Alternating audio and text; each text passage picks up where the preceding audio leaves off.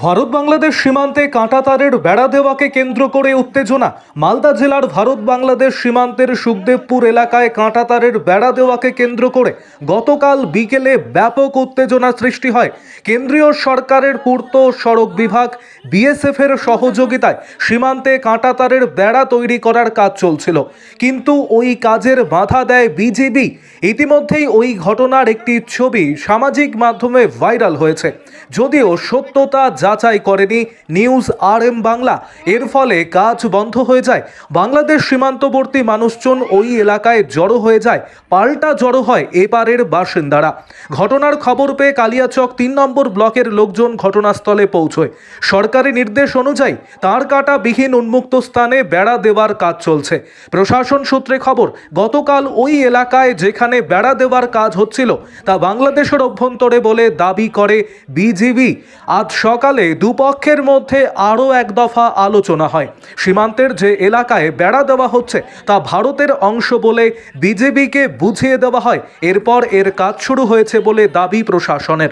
সীমান্তের যে এলাকায় গোলমালের ঘটনা ঘটে তা মালদার কালিয়াচকের 3 নম্বর ব্লকের অন্তর্গত বাখরাবাদ গ্রাম পঞ্চায়েত এলাকা।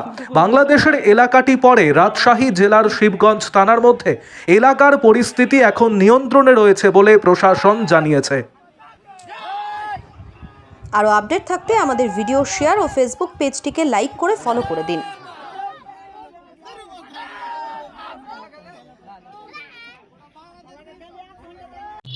এটা দিল্লির সরকার দেখছেন। এটুকু বলতে পারি যে আমাদের বিএসএফ এবং বাংলাদেশের বিএসএফরা ওখানে মজুদ আছে। কোনো অন্যায় দেখলে তারাই দেখবে, আমাদের কিছু বলার নেই। আমরা সোশ্যাল মিডিয়াতে দেখেছি এবং নিজেরাও খবর নিয়েছি। ওখানে বাংলাদেশ গার্ড যারা আছে, বিজিবি, আমাদের এখানে কাঁটাতারের বেড়া দেওয়ার যে প্রক্রিয়া চলছিল, তখন তারা এসে তারা জায়গাটা এমন ব্যাপার করে যে জায়গাটা তাদের কাঁটাতার দেওয়াটা বন্ধ করার চেষ্টা করে। তখন বিএসএফ এবং সেই গ্রামের মানুষ যারা ইন্ডিয়ায় অধিবাসী তারা মিলে প্রতিবাদ করাতে তারা পিছু হটে এবং পরবর্তীতে কাজটা চালু হয়েছে। বাংলাদেশের যে সরকার চলছে এবং তার যে এই বিজিবি ফোর্স, এদের যে অসহিষ্ণুতা দেখা যাচ্ছে এবং তারা যেভাবে ইন্ডিয়ার বিদ্বেষ ছড়াচ্ছে এবং কথায় কথায় যদি এরকম ঘটনার সৃষ্টি হয় তাহলে এটার থেকে কোনো বড় ঘটনা ঘটবে এটা আমরা নিশ্চিত।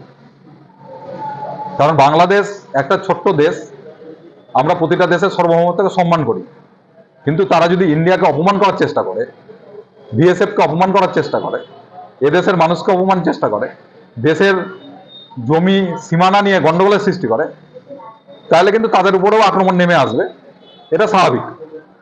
তবে ইন্ডিয়া গভর্নমেন্ট এবং আমরা অনেকটাই সহিষ্ণু। আমরা নিজেদের জায়গায় ঠিক রেখে যা যা চুক্তি, আন্তর্জাতিক চুক্তি সমস্ত মেনে আমরা চলার চেষ্টা করি। কিন্তু বাংলাদেশ যদি এরকম করতে চায় তাহলে তাদেরও সাবধান হওয়া দরকার।